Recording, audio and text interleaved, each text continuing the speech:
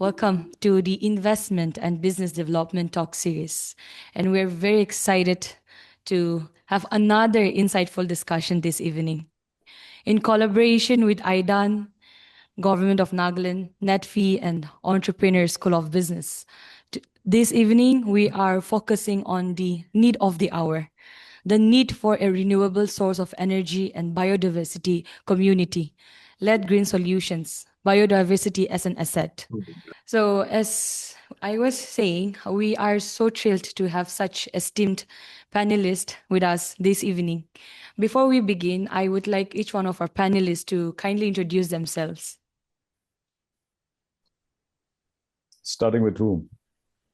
Starting with you, sir. Okay. Hi, good evening. Yeah, thank you. Thank you for inviting me to this talk series. I think it's going to be an exciting one this evening. My name is Supong. Full name is Supongnukshi. I presently work as Chief Conservator of Forest in the Forest Department. And I am from the Indian Forest Service, and I joined the service in 2001. And I'm also the member secretary of the Nagaland State Biodiversity Board. So that is an additional charge, and I've been looking after that for the last maybe around 7-8 years since 2016. So I get involved in a lot of biodiversity management and works. And I also happen to be the state nodal officer for climate change. So this climate change, it covers even a part of the renewable energy, which we will be talking today. Of course, I'm not exactly or directly involved in the process of renewable energy mission, but it's a part of the state nodal job for managing climate change activities. Thank you. Hi, everyone. Hello, sir.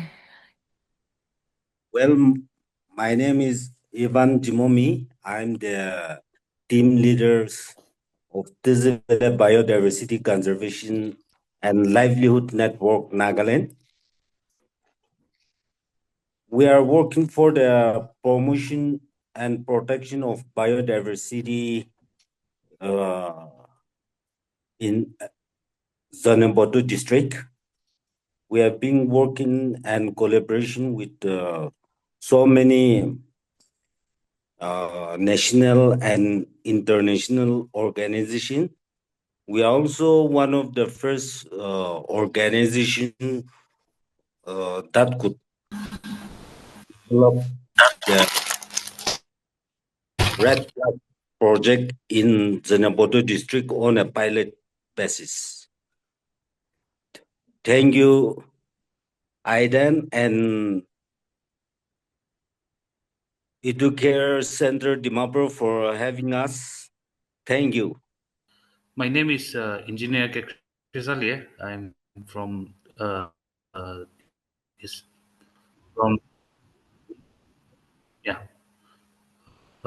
myself. I'm from New Renewable Energy Department.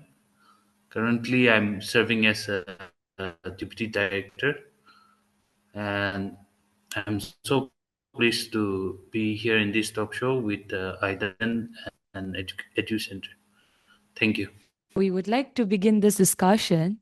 So starting with, I would want to ask Sir Ivan, can you share us about how your journey started and what were the struggles that you had to venture out in your field of work? And yes, sir, kindly. Develop biodiversity conservation and livelihood network is the joint initiatives of the three villages. Since 2014, under with the support of Satoyama Initiative, Conservation International, and the the Energy Resources Institute of India as our main partner and consultant. The NGO that is based in Zhimomi district and with the three villages that is Sky, Reki, and Kimke under under Sataka block, Zhimomi district, Nagaland. This is the joint CCA that is called Community Conservation Areas that is include all the stakeholders in the three villages like uh, village council, GBs, women hosts, chairman of the youth, students union, VDP secretary, as all, and these are the main organs of the organization. We are also collaborating with the Forest and Climate Change Wildlife Wing, Nagaland State Biodiversity Board, Tourism Department, and an allied department like KVK, NAPEP, Nagaland Community Conservation Areas Forum. We are collaborating with all these departments. The main objectives of our organization is reviving the traditional practices of biodiversity conservation, improving the agricultural support system, reviving our culture and tradition, creating network for the biodiversity conservation and maintaining the. We are also promoting the nature-based ecotourism, creating research-friendly environment for mutual benefits. These are our main objectives, and we we have also prepared the people's biodiversity register for the three villages. I hope this is the first people biodiversity registered in the Northeast. We have developed long-term CCA management for the uh, smooth functioning of our organization, and also long-term sustainable for the biodiversity conservation.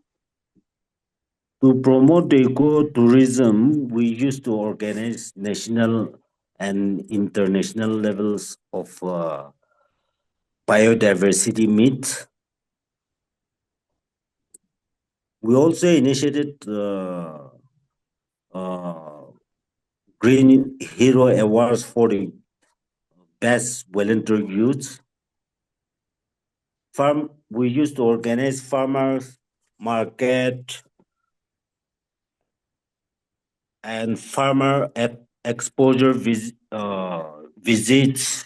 These are the activities that we have organized, and also we organized the Chengmu Festival. Literally, it means the biodiversity festival to promote our culture and ecotourism, and also create a larger uh, awareness campaign in the district. Nature walks with the students, and also promote the children cultures The youngsters were trained to promote the art, culture, and tradition during the festival. So far, we have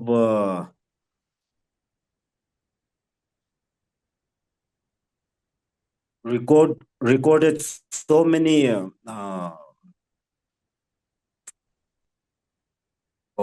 biodiversity presence in our area. That is, we have recorded around 222 species of birds, 200 species of butterfly, 31 species of reptiles, and 11 species of amphibians that presence in our areas. The endangered species like Chinese pangolin, Himalayan black bear, clouded leopard, fishing cat, civet cat, light dragoban, this is all recorded from our areas.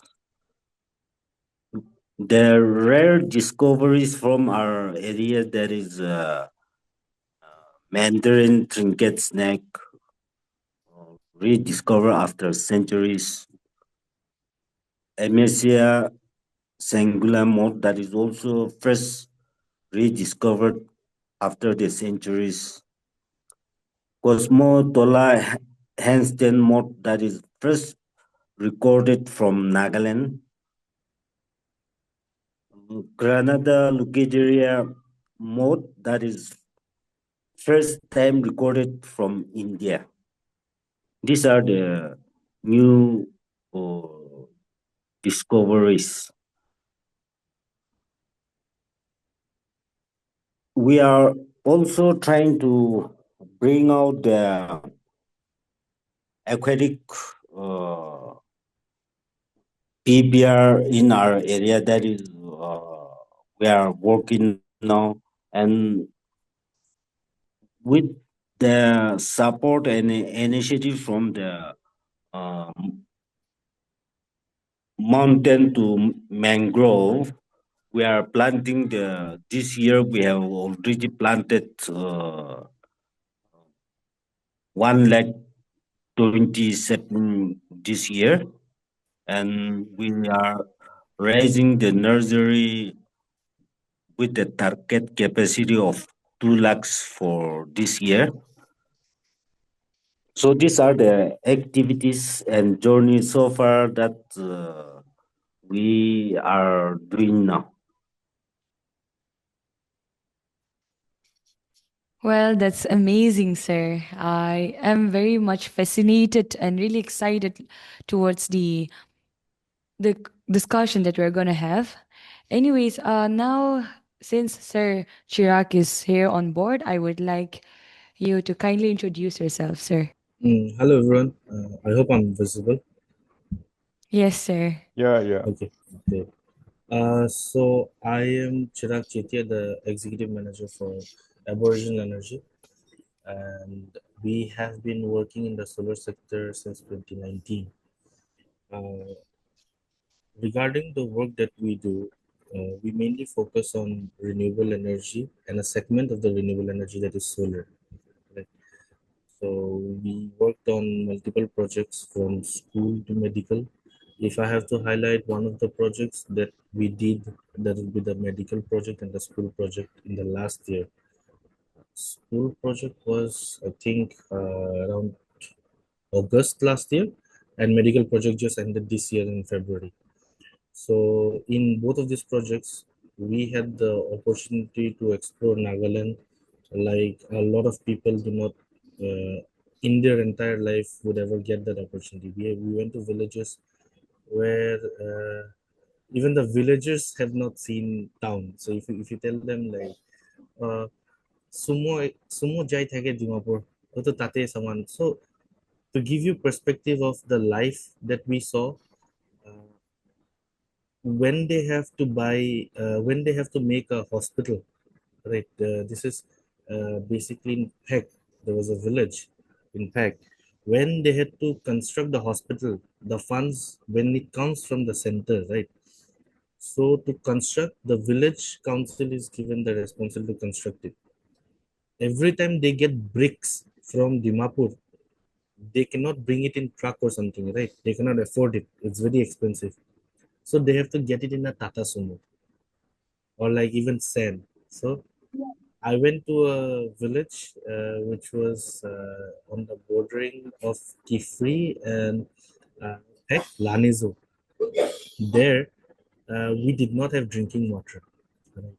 And it was pani kheti season, farming season. So basically, we picked the water from the pani kheti, boiled it, then cooked it. We had. That is the life we have been having, and that is the dedication we could bring forward to supplying uninterrupted solar for a lot of the health centers. One of the major problems these health centers have that we came across was during delivery there would be power cut, and especially during summer seasons, because of heavy rain there is a power cut, and they're doing delivery, literally delivering a baby from the mother's womb under a candlelight. So it just makes you realize how our problems sitting there in towns and cities like Dimapur and Kohima, how our problems are insignificant to the problems that these villagers face. Right? So I think that is one of the factors that hugely drives us to do what we do. Before During the project, actually, the medical project, I had the opportunity to attend the Chengdu festival uh, with the help of Sir Ivan. I don't know if Sir remembers me. We met few months back in Sukhai, I think. So from there, I got to experience that biodiversity also, what true Nagaland is. You know, when you go into those ranges of Sukhai, Kiviku, and that entire range through the Zhimomi district, and you see that raw biodiversity that is actually there, and then you get creative ideas on how to make sustainable development for this. So right now even Aboriginal is going into agrotech, right, to help the farmers sustain a much better livelihood, uh, collaborating solar power with agriculture and so on. This we are having our R&D discussions right now. That is the what holds for us in the future. Eventually we want to, whatever we do, it needs to benefit the people of the state, right, primarily. So that is there. Other than that, the other project was the school project that we did. uh, the school project was very interesting because we saw the conditions of the schools, the higher secondary schools, that the infrastructure that they have, though there were lots of changes. So we saw an entire spectrum. We saw schools which were down to the last straw. You put a finger on it and the entire structure collapses. And we saw school buildings where the entire, it's a four-story building, newly constructed school and everything. So you get that entire spectrum of this one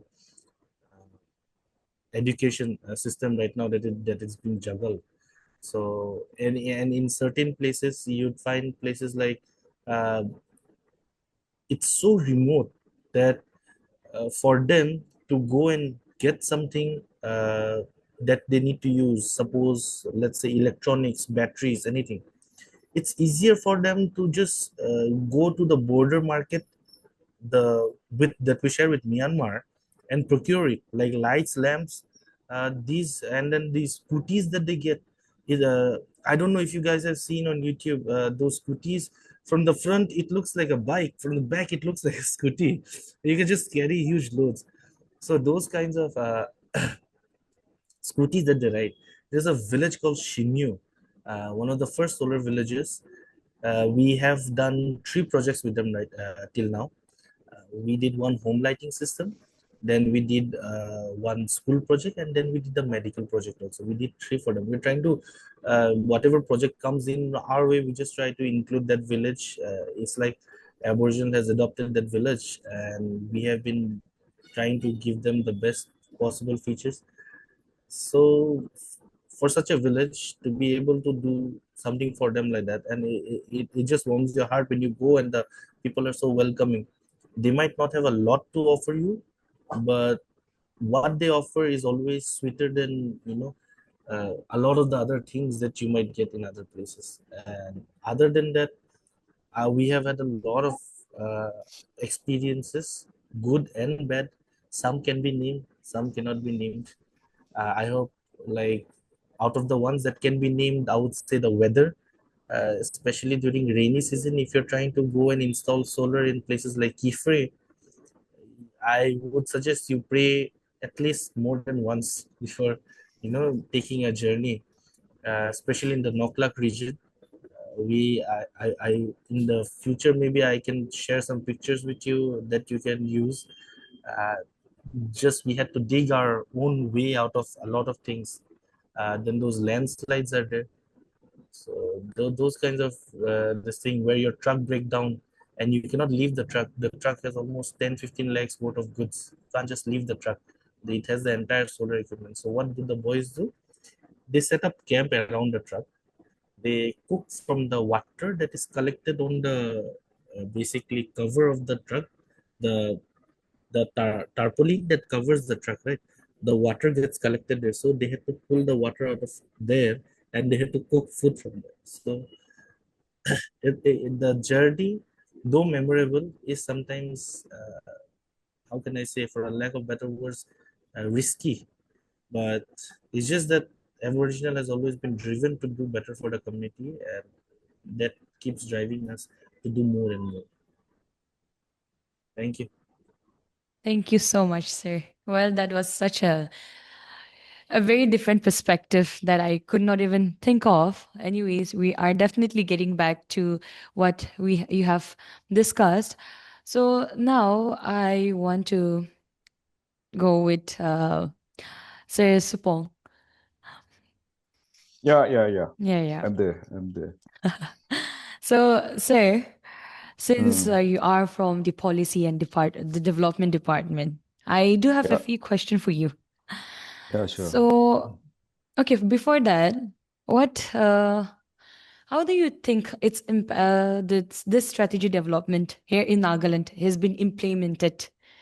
And do you think it has the public has its role to, make a difference in it or to preserve, or how is it? Oh, you're talking about biodiversity, isn't it? Or Yes, how? sir. Yes. Okay. Our state is very unique. Unique in the sense that the Constitution of India has given us the ownership rights. And absolute ownership right is something which we had been bestowed with only for the state of Nagaland. If you go to the other state, they are either given partial rights or they are always under some clause, and maybe many of the management are being overlooked by the union government and the central government, the policies and all these implementation of different laws and acts. But Nagaland, under the article, we all know that 371A, we have been given the absolute ownership where uh,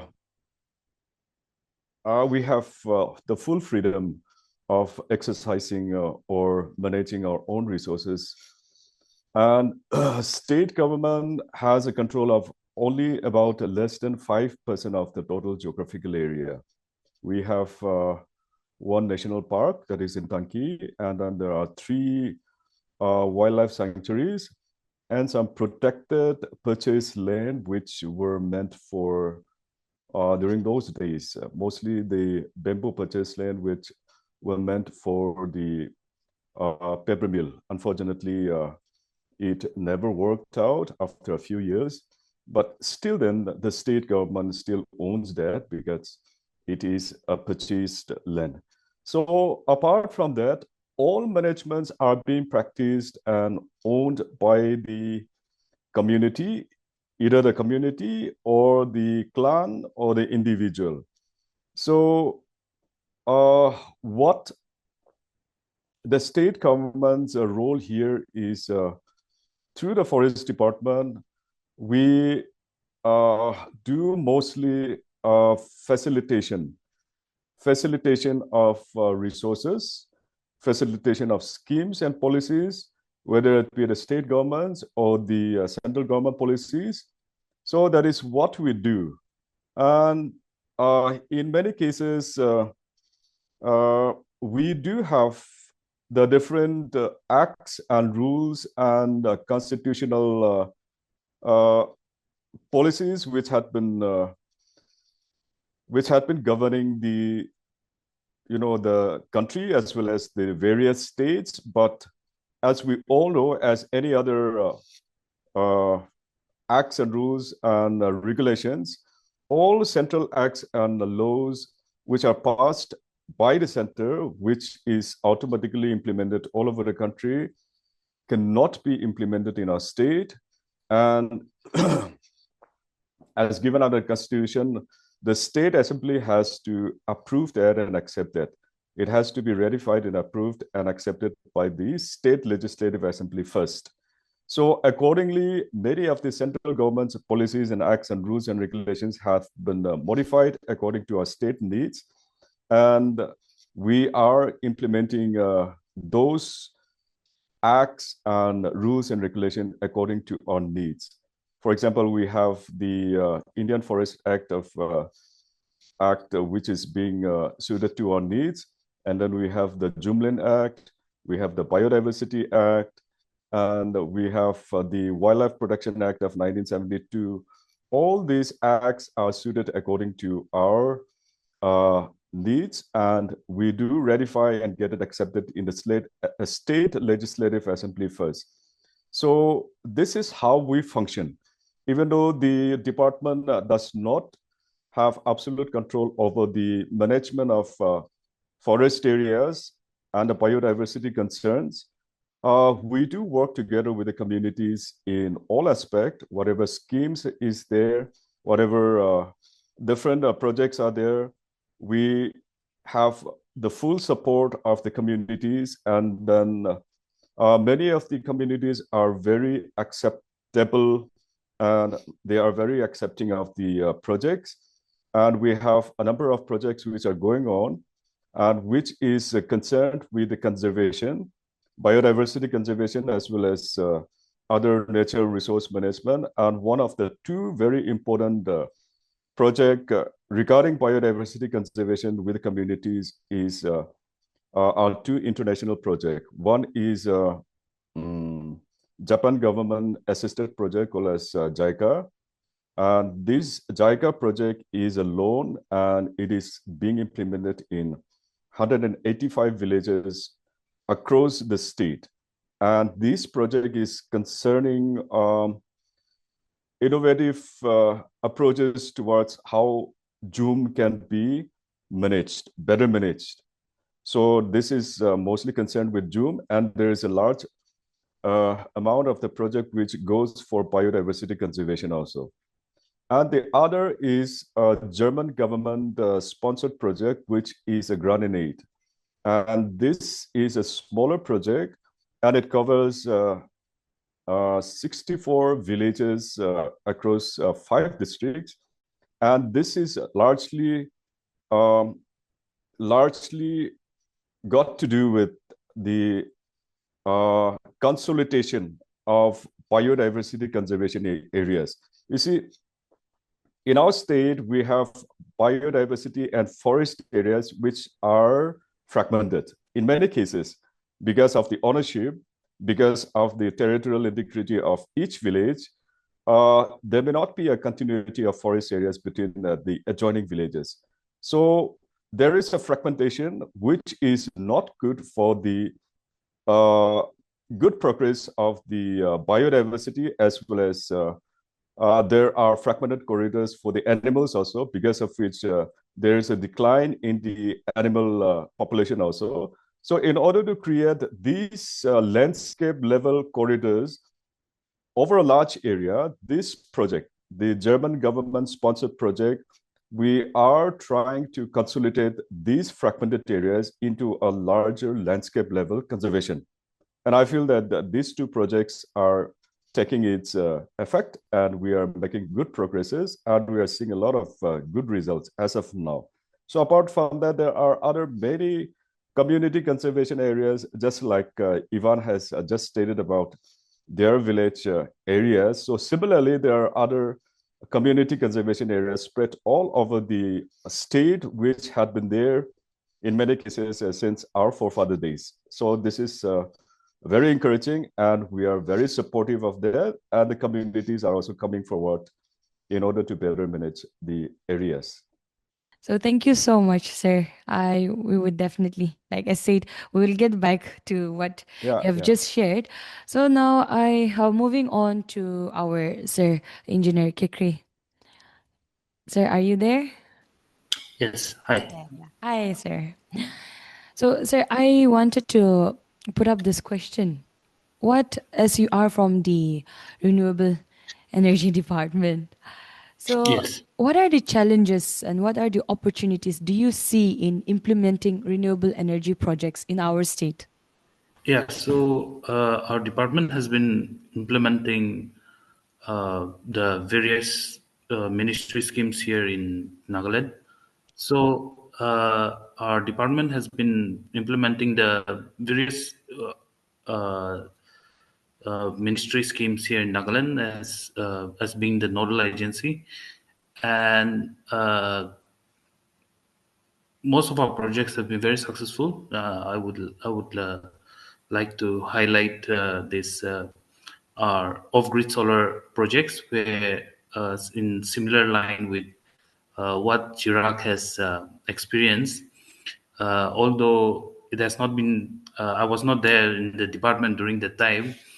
Uh, my seniors, my and some of my colleagues, they also had to go a lot of struggle, and it was quite a journey, quite an adventure going into the uh, borders and remote places to install all those solar equipment.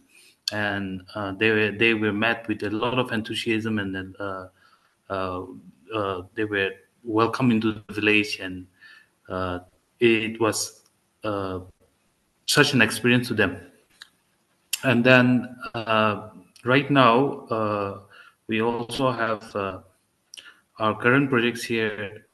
Right now we have the solar water pump which has been provided to the farmers where there's no grid connectivity, and we have enhanced the solar water pump with the facility to light a few bulbs, so that the villagers there, sometimes the villagers, they prefer staying in the field when it's harvesting time and all those things. So we have provided we have enhanced the features of the solar water pump, so that the farmers will be able to light up a few bulbs in their field, in their place where they rest in the field. And then the other project is biogas. Now, coming to biogas, we have a tradition like our CCFs. Our earlier guest has given a small introduction. Because of our tradition, we used to release the. It seems the farmers who used to rear cattle, they releases the kettles during the dry seasons, I guess, if I'm not mistaken. So, like that, our biogas plants, it has not been very effective. The amount of raw materials which is supposed to be uh, in which is supposed to be fed to the biogas plant is not sufficient. So there are some certain traditional and cultural uh, conflicts over there, and uh, like that, some of our projects some of our schemes are unable to see its full potential. And coming to our solar street lights and solar power plants, we have seen a lot of success, especially in the remote areas. I would also like to highlight one of our projects, this 100 kilowatt Mayamong hydroelectric project, which is until now, this because of this monsoon, this unforeseen monsoon, which has been very heavy in the past few days. It has been facing some issues. Otherwise, for the past years and till date, it has been functioning very well, and then it was providing uh, power to the nearby village and also to this army post in the border. So, like that, our department has seen its ups and downs, but our progress till date has been very uh, adventurous, and we've been very happy that the people of Nagaland, the locals, wherever we go, have been very welcoming and very warm to us. Thank you so much, sir, for addressing the issues, the struggles that, to implement for the community progress. So I wanted to put up this question, as you have already talked about the schemes. So can Nagaland, especially here in Nagaland, utilize the wind turbines to harness the renewable energy? If so, which state or where can we implement it, sir? According to this wind resource assessment is being conducted by the National Institute of Wind Energy. So, according to which is also in short called NIWE. So, according to NIWE, they have conducted one assessment study from the ground level as well as through this satellite. So, the wind assessment, as per their reports, the places where the best potentials to get this wind energy unfortunately happens to be located in places where it's very difficult to even construct roads for the sake of the discussion. Even roads are very difficult to construct in such places. The terrains are they've identified terrains where there's no habitation and no near road connectivity.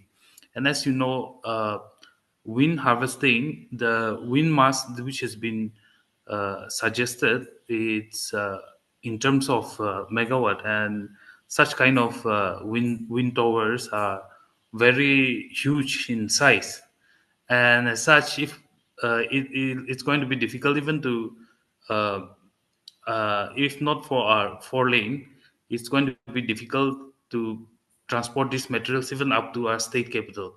So, considering all those facts, it's disheartening to say that our wind potentials are in such places where it's very difficult to uh, this gen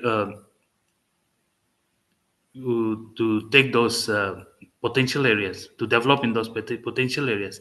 However, this new way they are in the process of coming up with a smaller wind turbine, which they call it as SWT. So once that has been fully tested, and then it's been approved for this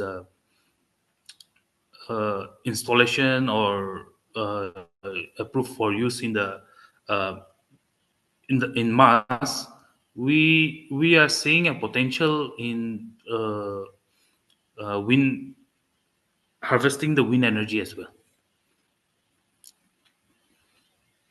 Thank you. Well, sir, would any of the panelists like to supplement sir's answer here?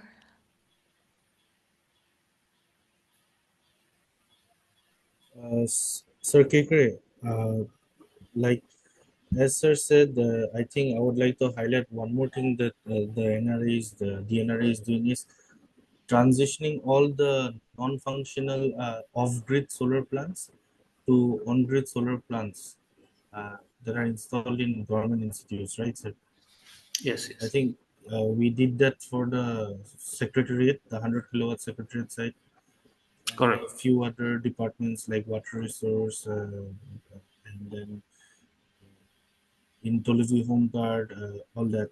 I think that if that at the long run, if that project comes to fruition, that entire all the non-functional off-grid solars are converted to on-grid. I think it'll be massively. It'll help the dependency on purchasing electricity from Assam, right, for the state.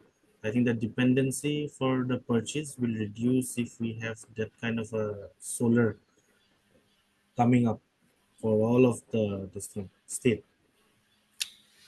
Right. So we have already started the process of converting our off-grid solar power plants, which have been installed in the various government institutes to on-grid.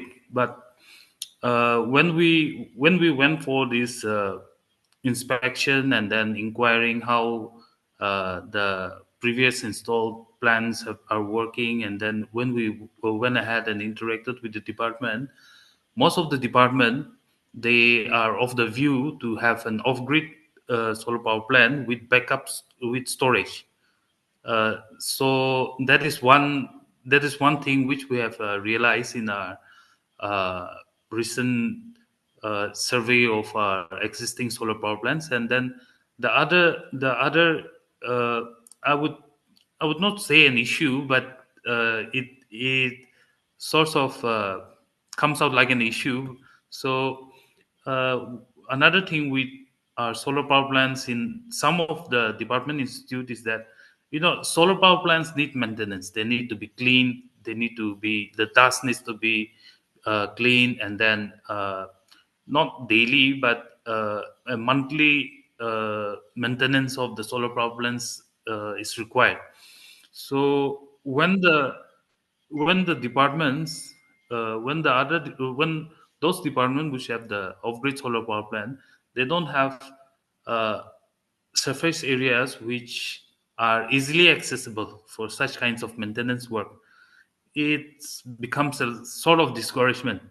But nonetheless, we're working on this one, and then very soon we'll be introducing, and then uh, we've already advertised the empanelment of vendors for this work. And uh, uh, as you know, Aboriginal is a very good team of our big partner of our department, and very soon I hope we'll be seeing each other again to work on this one again.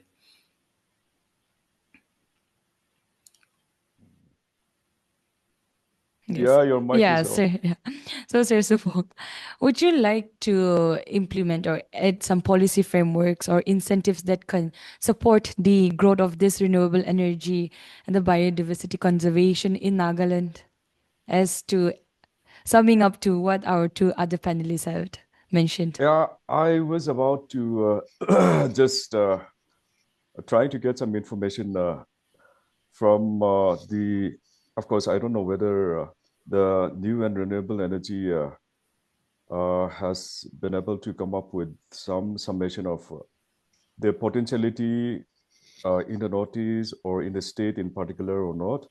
But I just want to ask Kekhriezhalie whether you can have some estimation of the potentiality in the hydro sector, hydro power sector in Nagaland. Of course, we know there is a lot of areas which can be taken up for the hydropower sector. But when it comes to operability, would you, as in the power sector, would it be more preferable to have mini hydropower project or large hydropower project? Which one do you think would be more feasible? Because there are some projects which are being proposed, but those are, I feel, it's at the large scale, and which definitely, if it comes to fruition, it has an impact on the biodiversity rich areas too. So as a policy strategist, we are also trying to find a balance between how we can generate energy as well as maintain the level of biodiversity without destruction also. So in your point of view, which do you think would be a little more feasible, having the small micro ones or at many places, or having a large scale one? That's a very interesting question and a very important question as well, sir. In reply to your question, sir, I would say that in our 12 years of experience as existence of our department, we have come to notice that uh, mini hydropower plants, because of resource constraint, as well as the huge involvement of uh, because of the labor intensive works which we have experienced in our projects. It has come to our attention that mini hydro projects, it's difficult to I mean, the advantages of the mini hydro projects are not as attractive as the large hydro projects. But here again there's a catch.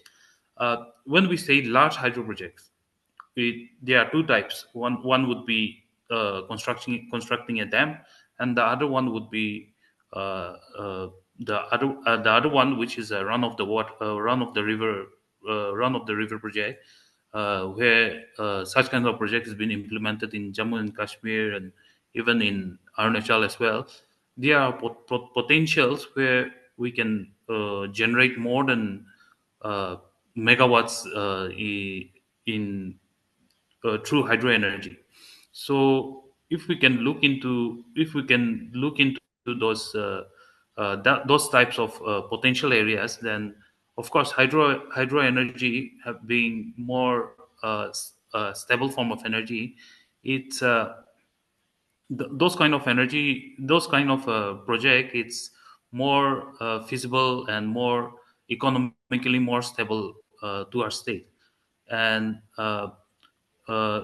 this coming back to the run of the river project, we also have a small component in the run of the river project where we encourages this afforestation. But recently, what we have also noticed is that because of the uh, we're not sure, I'm not sure, but uh, the discharges in the river, it's becoming decreasing.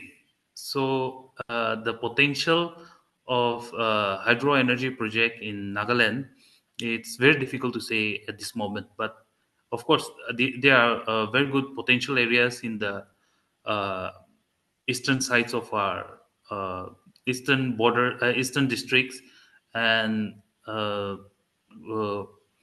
if not because of discontinuation of the hydro scheme in the ministry, we have identified quite a few hydropower plants in Nagaland which are uh, in capacities which can really sustain by itself. Mm, okay. Did I answer all your questions? Yeah. True. Okay. Uh, you were saying about the decrease in the discharge of the rivers. I feel that this could be because of the erratic weather pattern. Very true, sir. We are seeing a lot of different changes in the weather pattern when it comes to the temperature as well as the rainfall also. During the past recent many years, we are seeing um, more of an increase in the intensity of rainfall within a very short period of time. And then after that, in between, there will be many drought days without rain. So this change in the weather pattern also is affecting the outflow and the discharge of the catchment areas also, because the forest areas with the trees and the roots, they act as the place where the rainwater is stored and they gradually discharge it. But when the intensity increases at a short period of time, then much of it flows down at one go, and the rest of the days in between the rainfalls are called as the drought days. So the number of drought days are also increasing during the winter, during the summer and the rainy season also. So this could be one of the factor, and we are seeing that, and we are seeing the increase in such incidences also. So this is one thing that we have to keep in mind while planning policies also. So, do you think this contraband formation, construction of the Contraband, contraband, yeah. yeah. So contraband would help in the uh, preservation of water table, so that even during the winter periods we can have uh, ample or sufficient discharge to operate the machines. In many of our project areas, we do the check dams, contour bunding, as well as digging of contours and all this, in order that the water will percolate down to the soil. So this we have started in a number of projects, and we are encouraging the communities to go for such bundings and soil and moisture conservation activities, so that the recharging capacity of the area can be enhanced. Soil and moisture conservation department also, and land resource department also does quite a lot of such activities, and it's in many ways and in many areas we are seeing a good result also. The water table or the recharge capability of the area increases because of such constructions. Okay. So, sir, as I stated earlier, in our hydropower plants, we have a small component called where we encourages this afforestation in its Yeah. catchment area. So, in future, and with the reintroduction of the hydro scheme in the ministry, would there be any chances where our departments can collaborate, so that the catchment area is been there is not just afforestation, but the watershed management is also will there be any schemes where we can collaborate to preserve our catchment areas? Definitely there will be. Um, early phase of the Doyang hydroelectric project, which was done through NEC, we collaborated with the NIPCO, as well as soil and water conservation department were also there. We did the catchment area activities.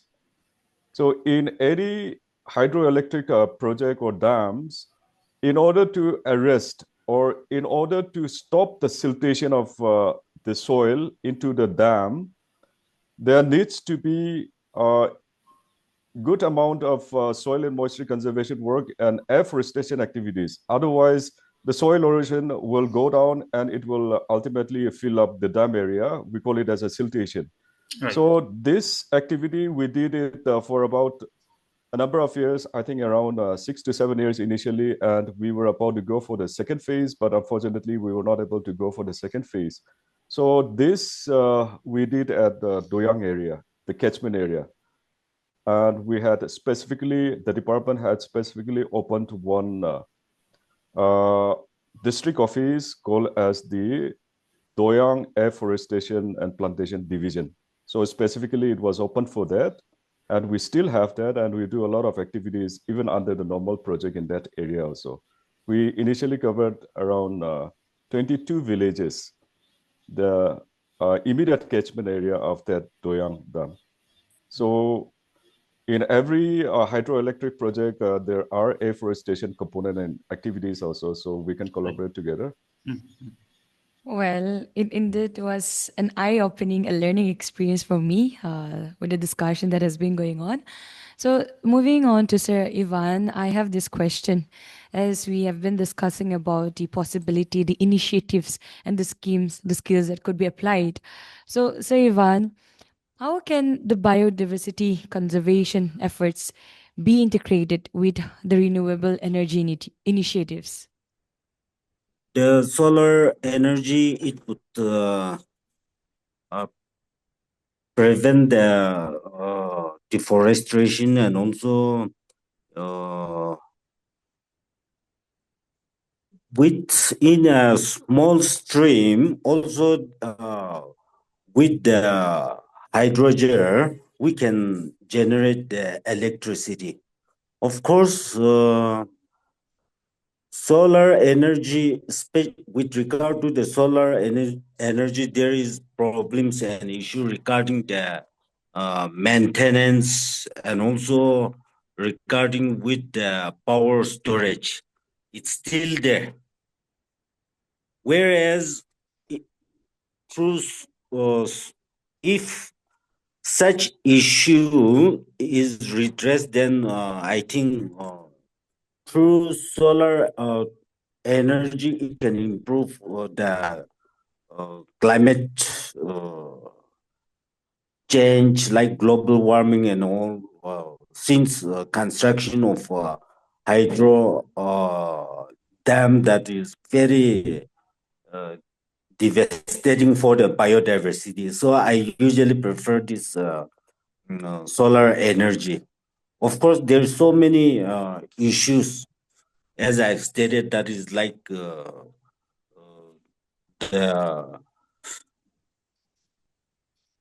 maintenance and the power storage issue is there. But if such kind of issue is redressed, then I think it is good initiative for the green energy. That's what I've observed. Thank you. Thank you, sir. So, as we have already touched the solar energy, I would like to question to Sir Chirag. Sir Chirag, are you there? Yes, I'm here. Yeah. So, as our sir has mentioned about the solar energy, so do you think that solar energy can replace the traditional energy resources? And if so, what steps should be taken?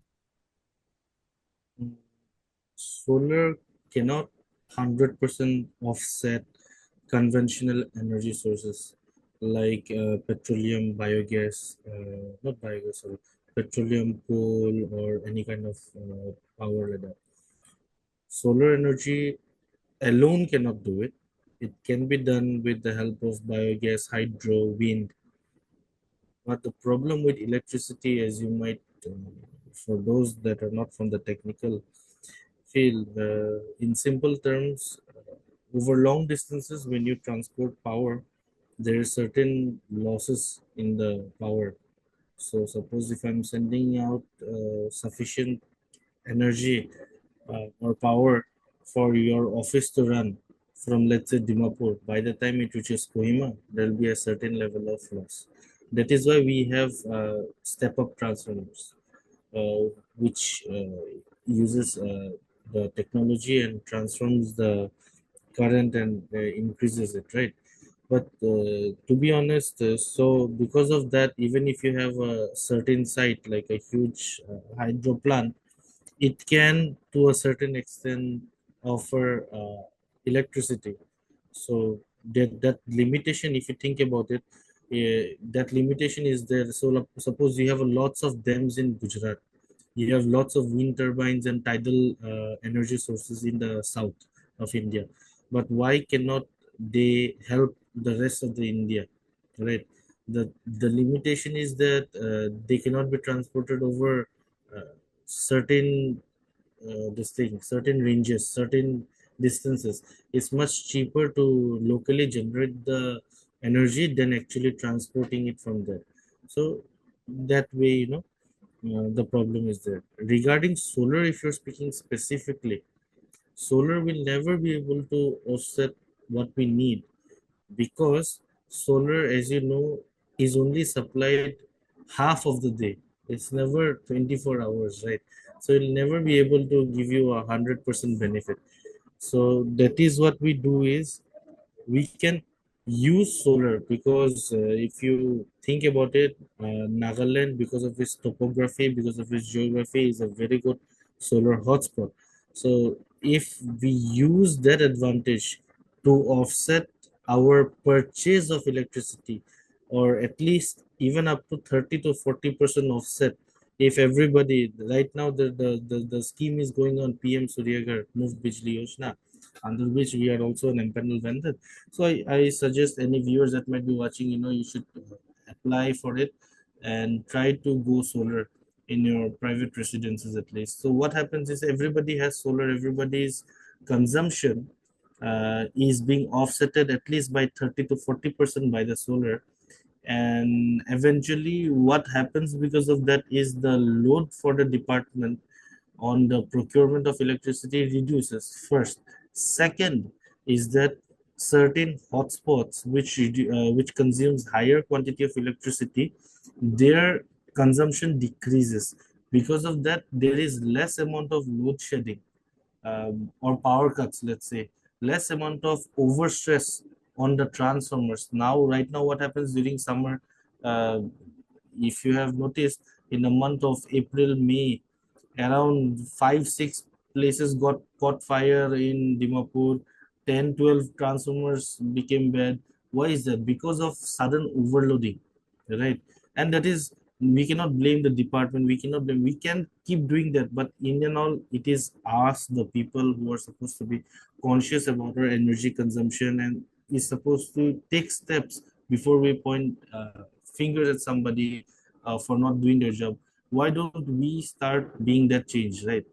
So, to be honest, maybe not 100%, solar is not the 100% solution, but if you club it with a lot of different renewable energy sources like hydro, thermal, I think, sorry, hydro, and then tidal, and so on. I think we don't get tidal here, but we can at least make use of hydro and your solar here, and then club it with thermal energy that we are already procuring, and together I think it can help satisfy the energy needs of the state.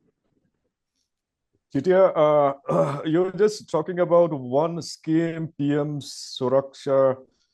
Yes, the Yeah, Prime Minister Suryagar, PM Suryagar moved okay. Vishli Yojana. Yes, sir. We understand that it is a subsidized one, but what about the installation charges? Yes. Is it being So, paid to the company which installs it? Because mhm. I think it's 100% state and the central subsidized scheme, isn't it?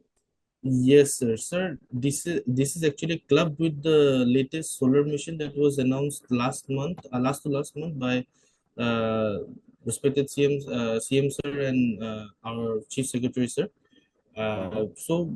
With this scheme, what happens is that uh, the central is giving you a certain amount of subsidy, the maximum of 85,000, and the state is giving you a 50,000 rupees subsidy. So this subsidy does not go into like the vendor or the installer's account. It Mm. actually comes to the consumer's account.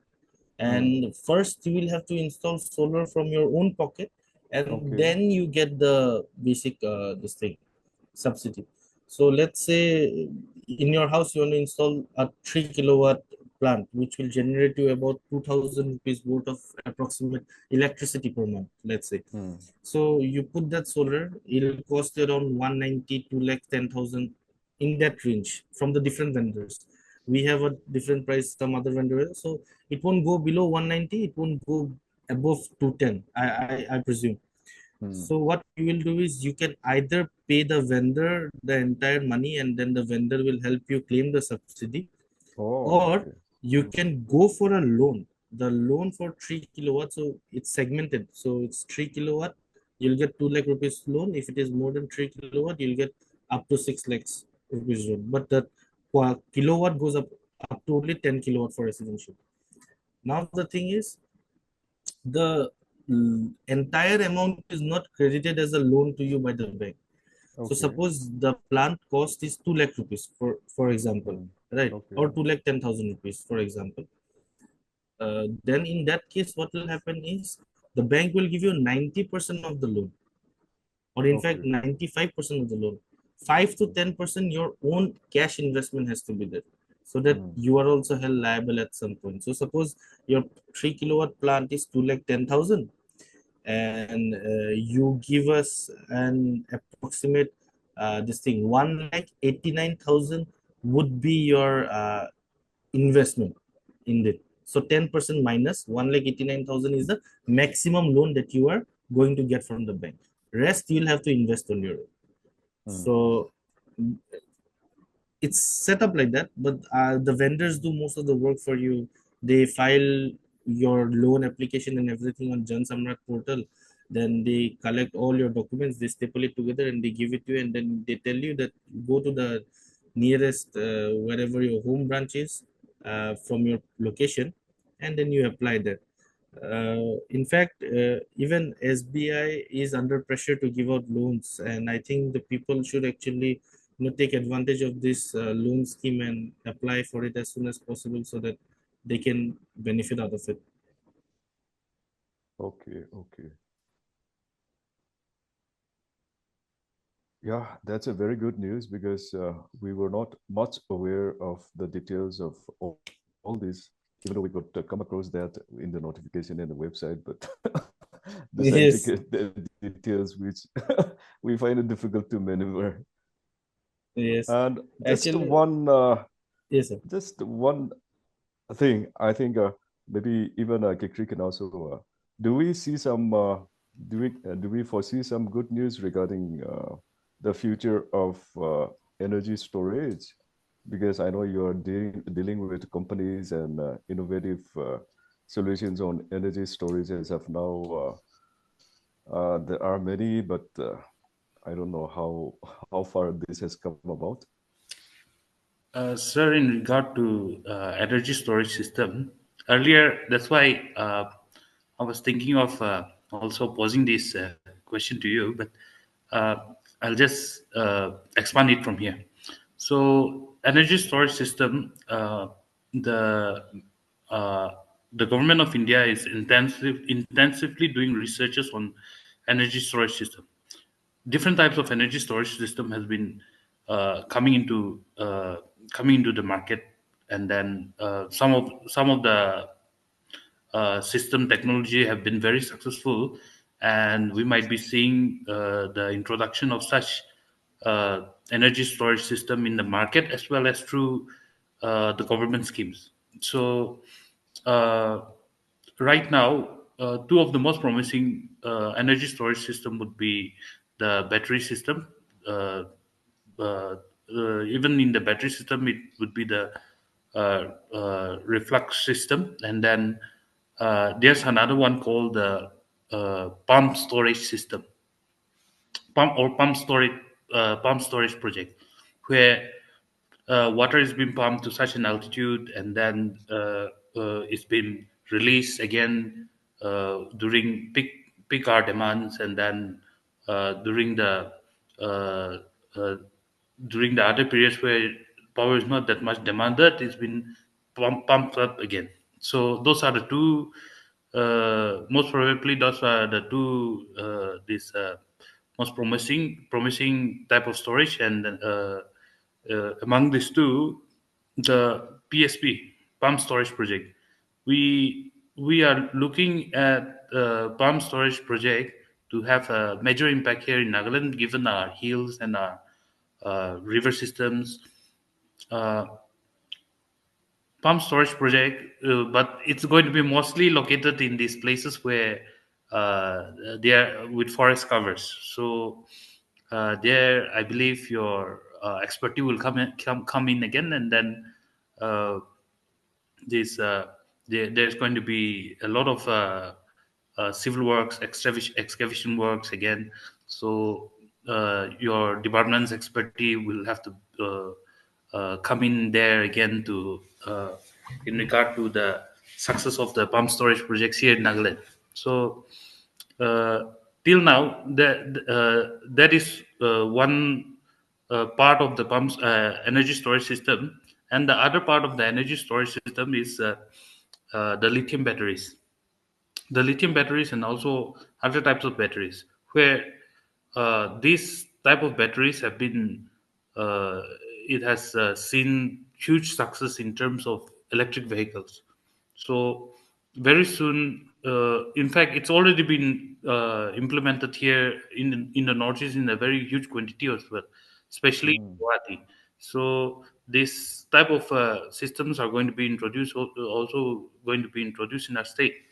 So with this type of technology, I believe we'll have a better power scenario here in Nagaland. Okay, that's quite good to hear. Yeah. We are already installing lithium power banks for private residences and a few of the commercial buildings also, like schools, hotels. Uh, we are now Tata has also come up with one of their own power battery bank for solar. It comes with everything is inbuilt into it except the inverter. So when you're installing a solar plant, you have like 4 to 5 components like array junction box, AC distribution box, everything. So they have clubbed it together into one box, like a mini fridge, quite heavy mini fridge.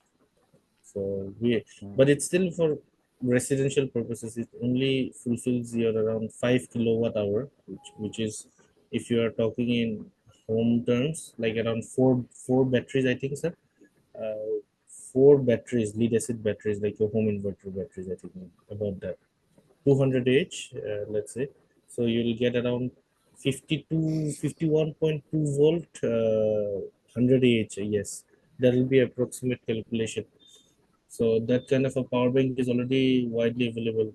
In Dimapur, there we have one plant we had installed for recently, that lithium ion, and then another plant was there, and then who has already had it since long. We installed solar for them, and there was one more client. He's from outside. He shifted to Nagaland. So when he shifted, he got his entire system. He has a lithium ion. So lithium ion is quite prevalent, but the thing is that you'll have to keep it neat and tidy. That that battery, if there is any kind of dust collection or any kind of this thing, so the battery can get affected. So especially though it's maintenance free, the bare minimum of dusting is required. If you keep it in a department basement and you do not keep cleaning it, then it becomes again risky. And Okay. one more problem with lithium ion batteries, once it catches on fire, it's very difficult to douse it. You need a special distinct coolant to turn off the heat, otherwise it'll keep on burning. Mm. So now that we have discussed so many schemes and the possibilities, right? So what do you think? What role do you think the community engagement and participation play in the success of renewable energy and biodiversity conservation in Nagaland? And how can these efforts be scaled up in our region for a greater impact? Uh, in regard to this question, I would like to highlight one important thing which I would request our Naga public to also uh, kindly keep in mind is that every resources, every assets that is been developed by the government is our assets. It's Naga property, so we need to take good care of it, and then we need to see that uh, the resources are being protected and then taken care of. And then the other thing is, yes, in terms of biodiversity, like our CCCF has suggested, uh, it's difficult because our village jurisdictions are very we have a very clear jurisdiction uh, markings between villages, and it's difficult. But uh, for the sake of our state, for the sake of our people, the future generation, I think it's high time that the villages, the communities come together and look forward to see how our biodiversity, our environment can be protected for the future generations. And then, in terms of department and government initiative, we are trying our best to see that the schemes which have been introduced in the ministry is available to our public here in Nagaland, and we are also exploring avenues where it can be features can be provided so that the cultural diversity here in Nagaland can make more use of the technology that is being provided. And then, in continuation to our to Mr. Chirag's request, it I would also encourage the public to go for the solar rooftop. It is a very genuine and uh, it's really going to help the public as well as the state infrastructure as well as financial state of Nagaland. So I would request the public to go for the solar rooftops, the application procedures, the financial to facilities to avail financial supports. It's all been made very simple, and then it's all things have been laid down for even the laymen to avail such opportunities. So, uh, with that, I would like to conclude my statement. Well, thank you so much. So to supplement that, Sir Supong, I have a question. What are the policy changes or incentives that you would recommend to support the renewable energy and biodiversity conservation in Nagaland? When it comes to biodiversity conservation incentives, we have a number of schemes. We started earlier about 10 years, 10 to 15 years ago, we started with incentivizing the communities. And we were able to do that. And even today, we have different sort of incentives, which goes to the communities, for those communities which protects and conserve these biodiversity-rich forest areas. So the schemes dates back to a long history. Central scheme as well as sometimes the state schemes are also there. So it is always there. It's an ongoing one. And many of the projects that we undertake are concerning those areas which have got good forest areas. And then we try to take into account in our projects which have got good forested areas. And that's a sort of an incentivization to the villagers also because of their protection work. We get them included in the project areas and all. And I find that in all our, it is not only to pertaining to a few or one department only, but as Kekhriezhalie has just stated, in all our government projects and schemes, the ownership of the community, getting the community involved and letting them know that this is their project and this is their lookout in order to look after the whatever infrastructure or whatever project has started with. This is one thing which is very difficult in order to get into the psyche of the community. Community has that in many areas or in many communities and in many you know, in our society, we have that mindset that when it comes to any structure or any item or any provision which is built by the government, it becomes a no man's item. And it becomes a no man's land to be looked after. There is not much of a concern for the government projects and for the government-owned items, whether it be buildings or offices, or these are not considered much as a community asset. So this mindset change, I think that is very much required in our state. And maybe what we are trying now in some of the project is in the project that we have started with the involvement of the community in coming out with the operation and maintenance guidelines after the completion of the project, or after the project has started, and even after the ending of the project, we are coming up with guidelines and we are coming up with memorandums, agreements on how to go about with the operation of those infrastructure or of those whatever the project has done and progressed so far later on, even after the project has completed. So this O&M, operation and maintenance, I feel can be a very useful tool for the community to get involved with.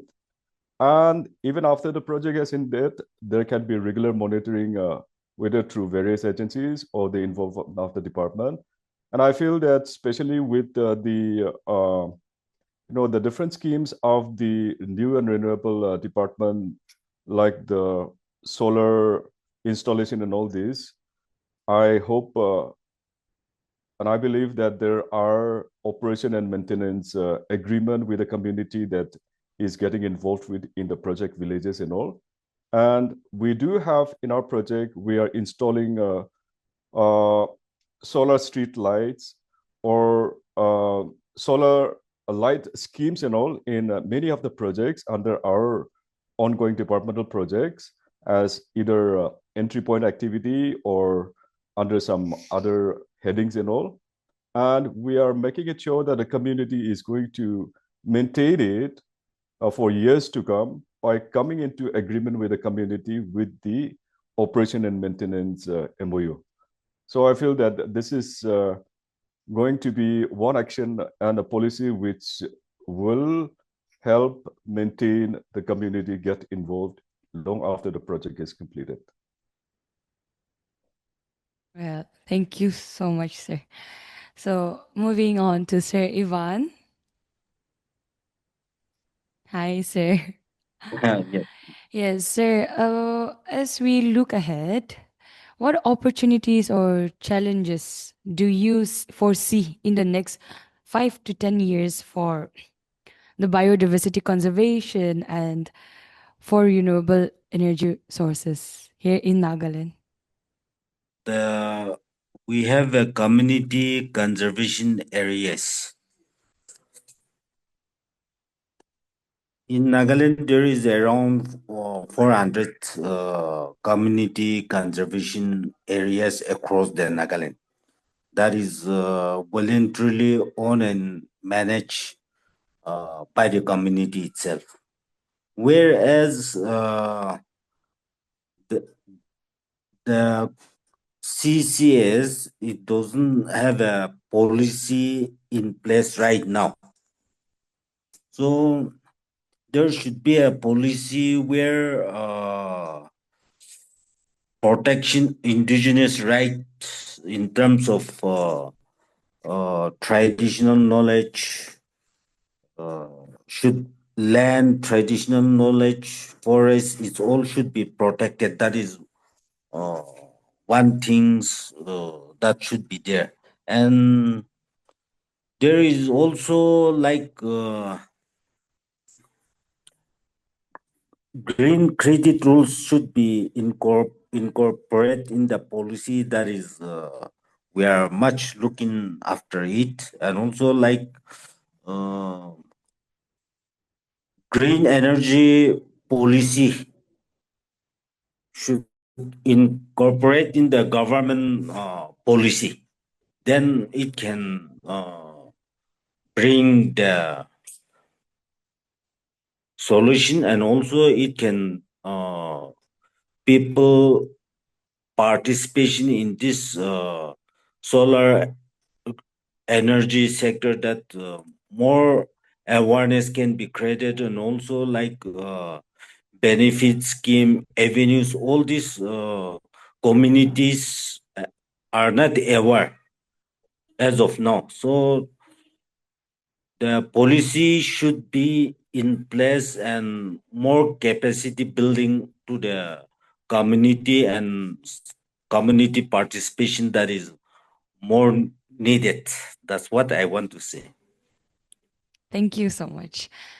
Sir Chirag, I would like to ask you to supplement on this, and also moving forward to the end of the discussion, What is your final message or call to action that you would like to leave with our audience regarding the importance of renewable energy and biodiversity conservation in Nagaland? So to add to that, like the government is doing a lot to promote it. It's just that the awareness, like Sir Ivan said, is lacking. So right now, today I have talked about the PM Suryagar scheme, but there are other schemes also. Like for any kind of schools or colleges, there is NAAC, the National Assessment and Sustainable National. It was, I think, let's see. I was just few days back. I was just reading this because yeah, so it's basically National Assessment and Accreditation Council. So basically, they give you a rating. Every college, every school, every college in India, they have a rating, right? So even for that rating, a lot of the colleges outside, in Delhi, in South, in Bangalore, and all, they are putting solar, right?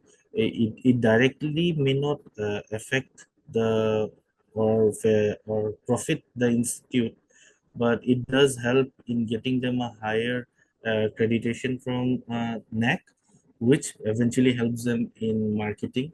So I think a lot of the schools and colleges have the potential to go for that because they are already doing waste management, water management, and so on. So I think solar can also be a very crucial part to that. Other than that, for industries, any ideas, northeastern industrial development, I think there was this scheme under the industry and commerce. So I think people can go for that scheme also. I don't know how many people are aware, but any kind of an expansion that they do, the solar also becomes part of your asset, right?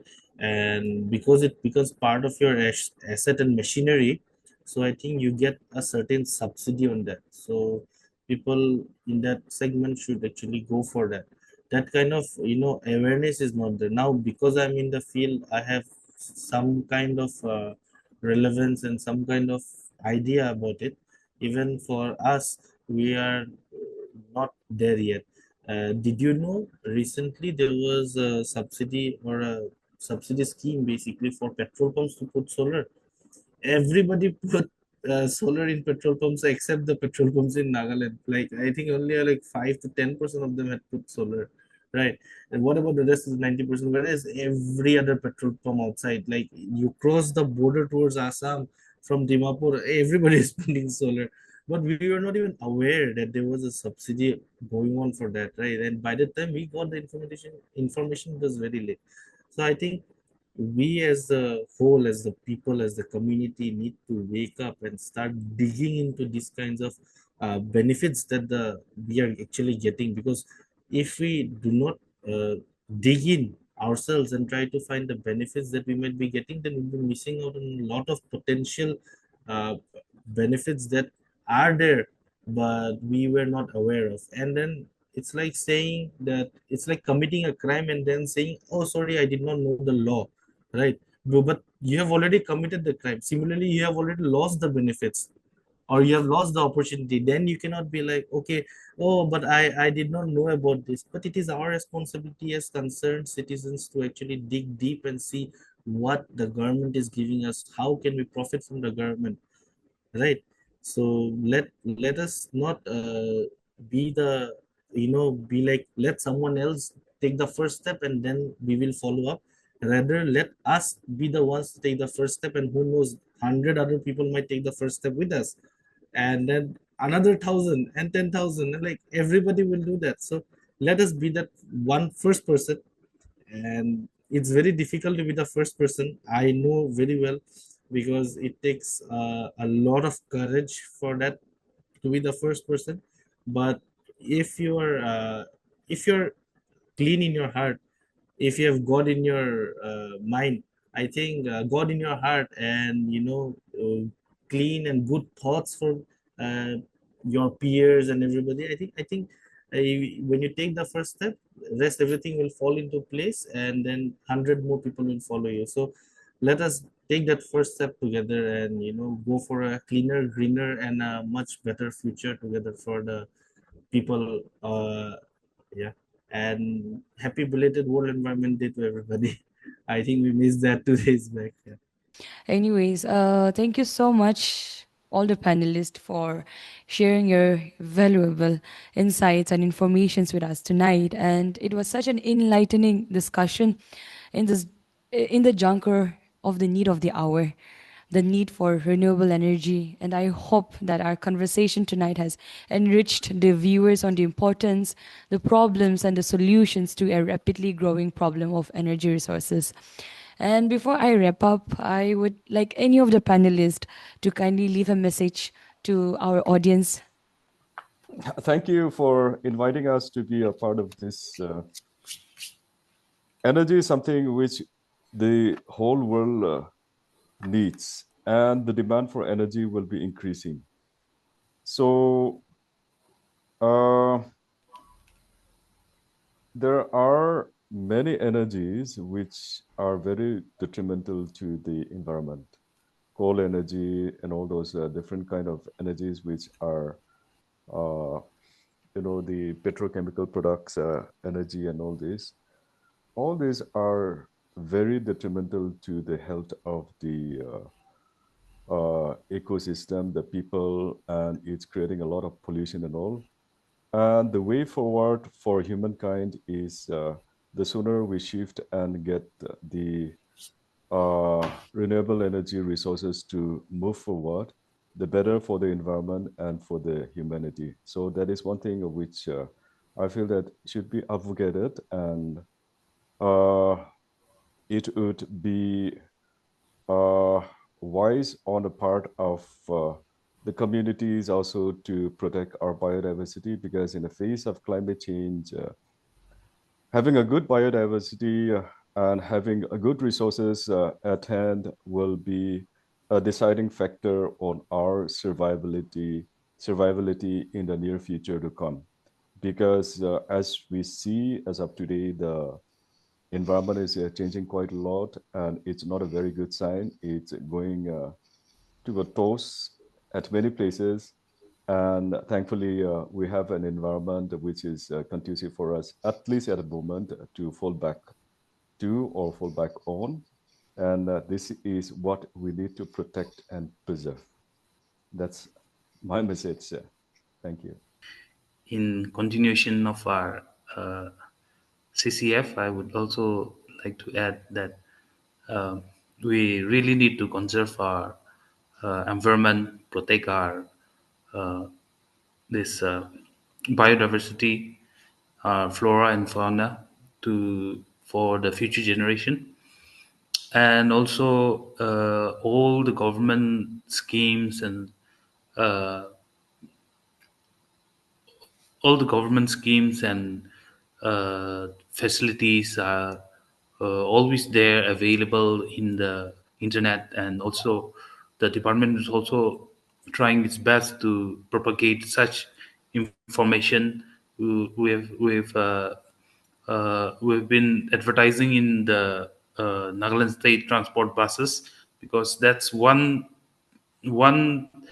facility through which goes to most of the corners of the state. So those are some ways where we're trying to propagate this, disseminate this renewable information, to adopt renewable solar appliances and protect the environment. And my uh, ending message would be uh, the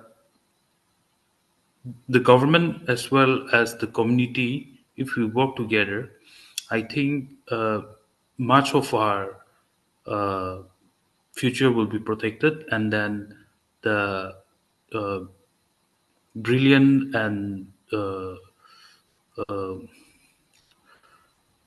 very well designed schemes and programs of the government of India programs will be more effective here in Nagaland as well. So, with that, I would like to conclude, and thank you very much for uh, inviting us to this talk show. Thank you so much, sir. So before we wrap up this session, I think we have of our audience here who wanted to raise up some questions. So I would like any one of you to kindly take this time to ask questions to our panelists. Ashish? I had two questions for Chief Conservator, sir, Supong, sir. And if it's okay, if I may ask two questions related to the conservation efforts which are currently underway in the state. Sure. So my first question, sir, is that we have multiple conservation projects going on. We have the FBMP with the German government. We have NFMP with Japanese government. We also now have Element with World Bank. And all three of these projects are in one way or the other for landscape management, for forest conservation, for livelihood intervention, for biodiversity conservation.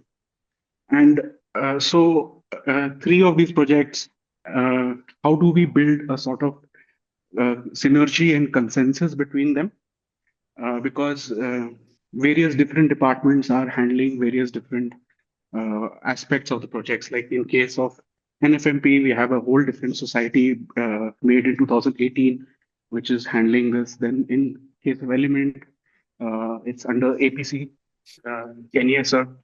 So Yeah. how can we build synergy? And my second question, sir, is that these projects will eventually generate, due to the ecosystem services we are sort of preserving, and there is no free money in international finance. So of all of these organizations, where it's say GIZ or JICA, World Bank, when they're giving us money, there is no free money. So eventually we will have to do debt servicing on this money which is coming in. So how are we planning on doing that?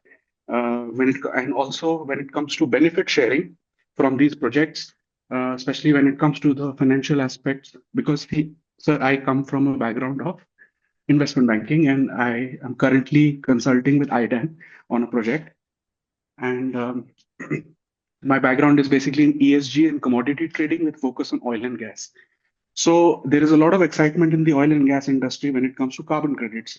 But what we are seeing is that a lot of these projects are eventually leading to exploitation of communities world over, indigenous communities world over. Like I'll give you an example of a project in Nicaragua, which is a similar biodiversity hotspot like Nagaland with a good rainforest cover. And there, the credits which were generated from this community were sold to an investment bank for $2.15. This investment bank eventually turned around and sold those credits to the final buyer, final consumer, which was British Airways in that case, for $21, pocketing 90% in between, just because that investment bank was the first entity to approach the Nicaraguan government, sign the deal with these communities, set up these conservation projects. I'm so sorry I'm taking such a long time. Uh, so, um, so because carbon projects usually there is a long gestation period, and the initial investment is a lot. So only these big JICA and GIZ and World Bank are capable of funding such projects.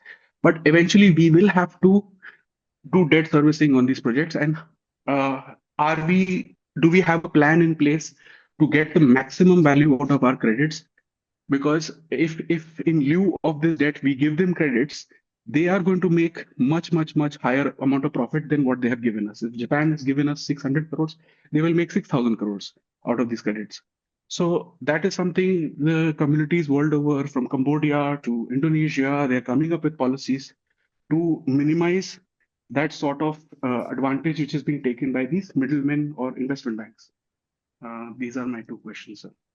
Okay, yeah, Ashish, thank you for pointing out some things which we haven't thought about. The three projects, the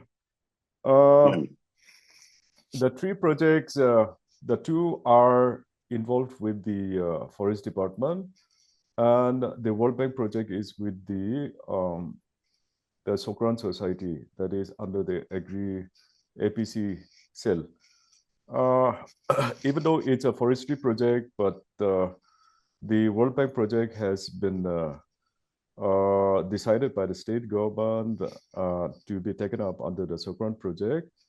And many of the components are forestry activity related, which I feel that there can be a synergized effort, even though the overlapping of the villages, the project implementation, the villages where the projects are being implemented are not overlapping because the government of India, as well as the donor agency also, they are more or less not willing to have two or more projects at the same implementing area at the village level, at the community level.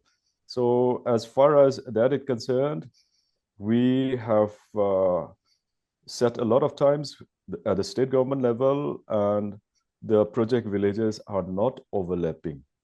But the activity-wise, there are many activities which are concerned with the conservation incentives, whether it be JICA or whether it be the KFW Germany project. We are incentivizing the communities on the conservation efforts that they are doing. And in order to minimize the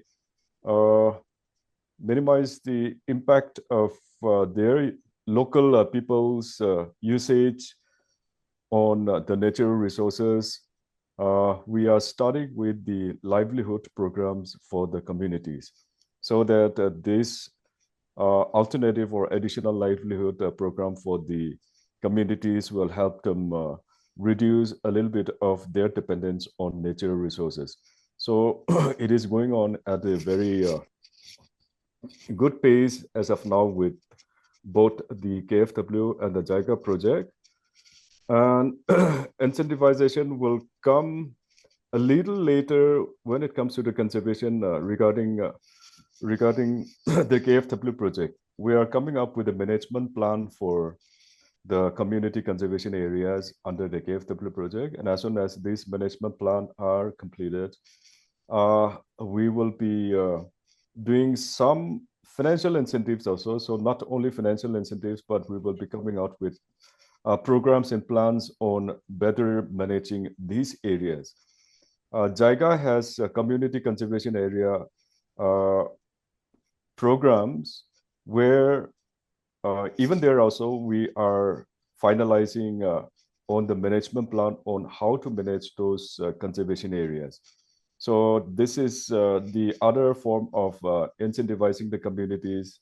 That means maybe not only in terms of monetary incentives, but maybe in helping them come up with better management plans and activities that can be implemented there.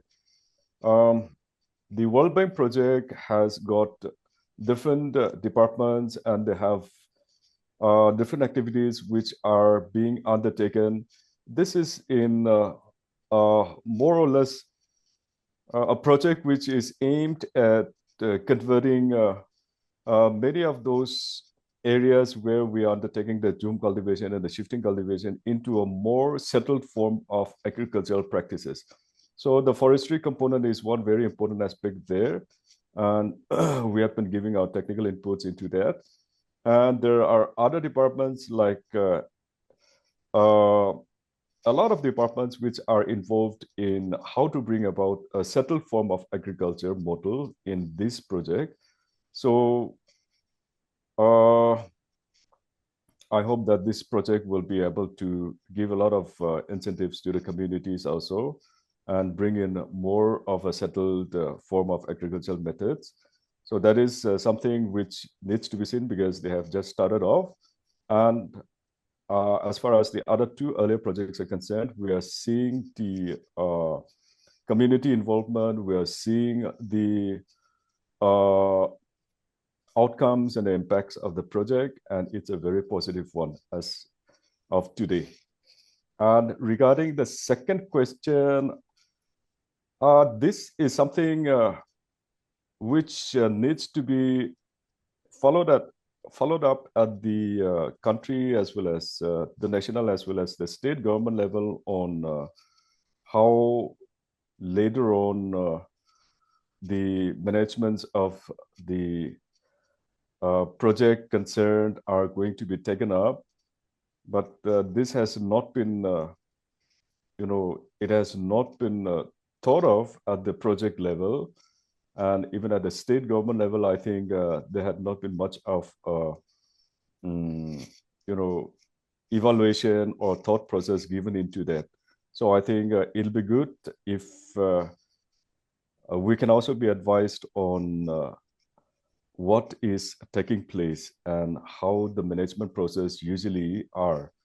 Because as far as my knowledge is concerned, that has not been taken into account. And I've been involved very actively with the KFW project, even though they are there for, the incentivization of these communities. They are there for the climate change impact program and management of climate change policies and all this.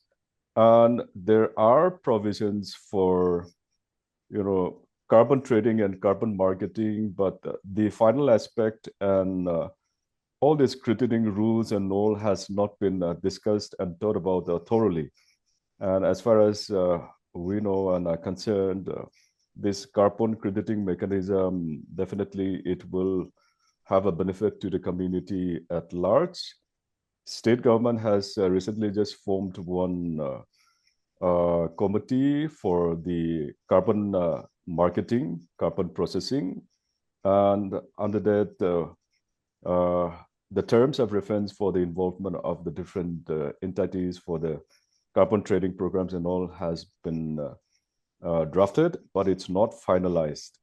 And Ashish, I think, I don't know whether you have been contacted or not, but regarding the finalization of the terms of reference, whether anyone has contacted you for that or not, but we were directed and we were advised that you will be able to provide some inputs on that.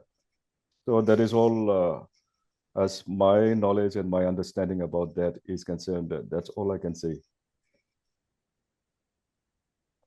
Thank you, sir. And I just wanted to say that regarding the committee which has been formed, I did get access to the TOR for it. However, I'm Okay. not part of that committee directly. And I am only consulting IDAN at the moment.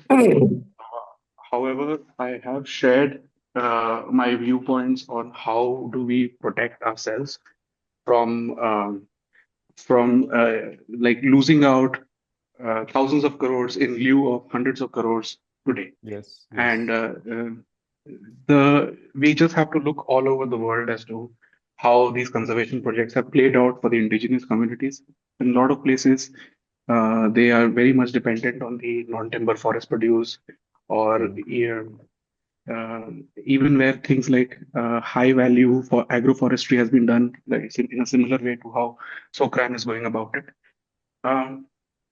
We have seen eventually the benefits initially helping the community, but over a 6 to 7 year crediting period, it actually ends up benefiting the donor agency in the long term.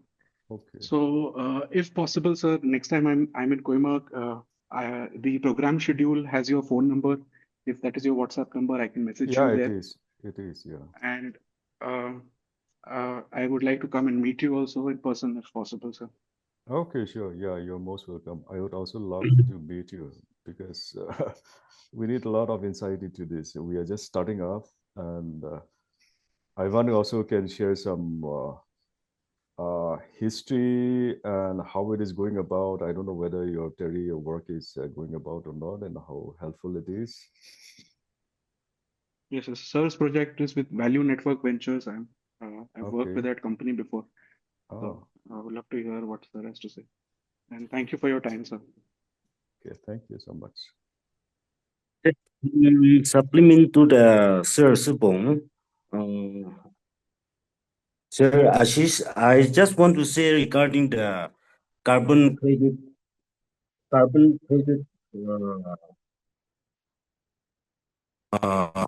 project or a Red Plus project.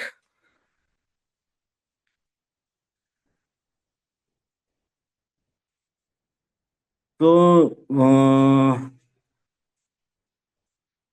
under this carbon credit project, there should be the platform where we can have a carbon registry.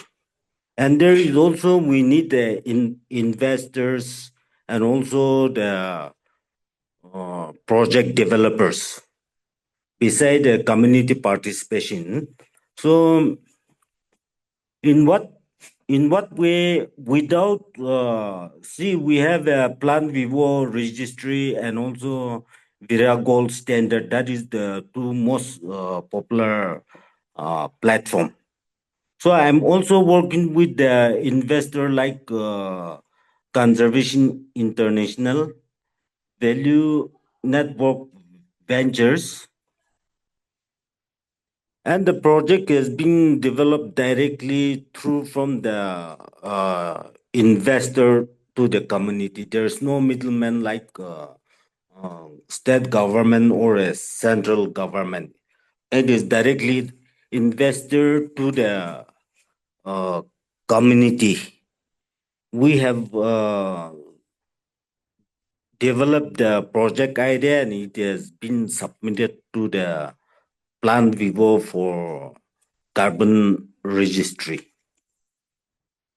So is there any other option where we can do the carbon trading without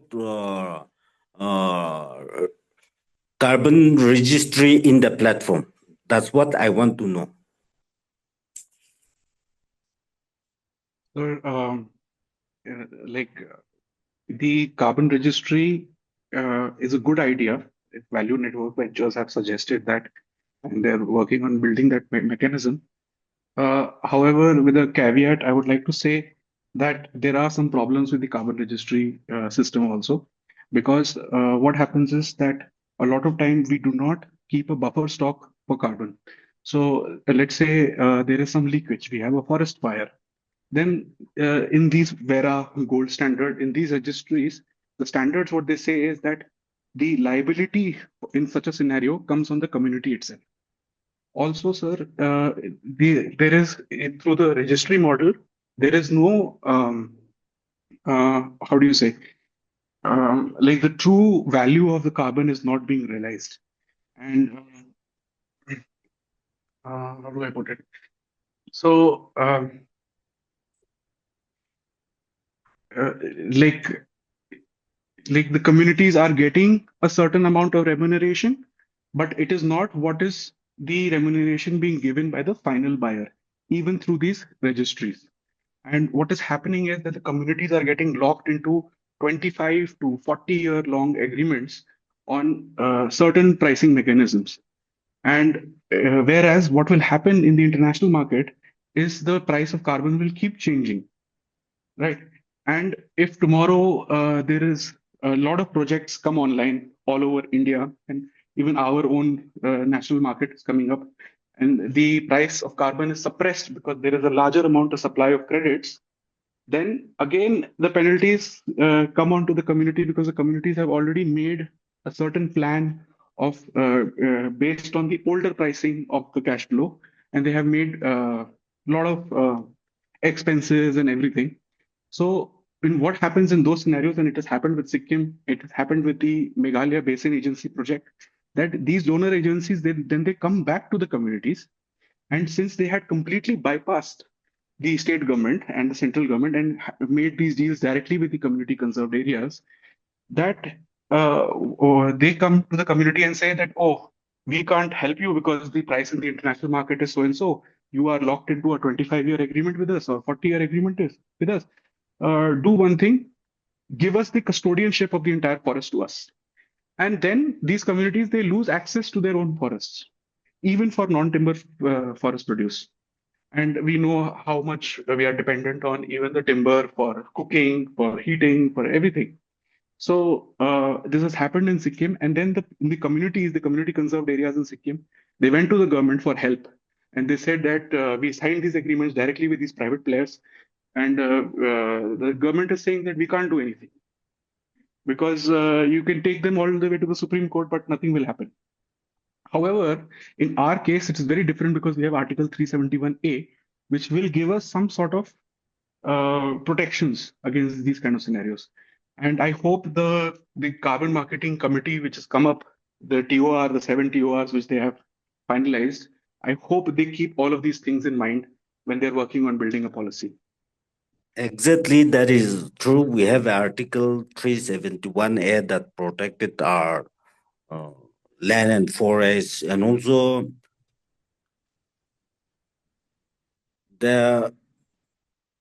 we have demarcated the core zone of the community conservation areas. Not see like we have core zone, buffer zone, and economic zone, and the Red Plus project, that is, we have mapping the area, demarcated the area, of course, beside the constitutional provision and protection of our land. We have a such mechanism that not every of our land that is included for the project, but we have demarcated the specific area where communities so decide to do the carbon trading. So with regard to the other agricultural activities or collection of NTFS or anything the community can do, but in some certain areas that is demarcated for the carbon trading. Right, sir. It's very similar to how even JICA is doing it with their 5 different models. They have a JCF, they have a fallow forestry JFF, they have one place where 40% of non-timber forest produce can be produced. Then there are one place where they wanted to they want to convert it into a complete forestry sort of model. And then there is the final one, which is a community conserved area. So I understand that, sir. But my whole thing is that instead of doing it through the registry model, we could look at the aggregator model, we could look at the asset management model. There are other models we can look at where we can get the best price for our carbon. Instead of dealing with the investor one to one with one investor, we should be dealing with 10 to 12 carbon banks at the same time and have an open bidding process. And the investor could be from anywhere. It could be from Japan to Germany to US. And that is where we can get the best realized value for our credits. Okay. We need to learn a lot about that. And as we wrap up, once again, thank you to all the panelists and also to the audience for tuning in thus far. And I really hope this conversation has sparked new ideas and has opened your eyes to new perspectives of the biodiversity conservation and renewable energy sources. And as we wrap up this episode of the Investment and Business Development Talk series, I would like to thank IDAN, Government of Nagaland, NETFI, and Entrepreneur School of Business for the collaboration and support. Until next time, stay tuned, stay informed, keep learning, and let's continue to shape the future of business and entrepreneurs here in Nagaland. Thank you for tuning in, and we really look forward to our next episode. Thank you once again. Welcome and thank you. Thank you.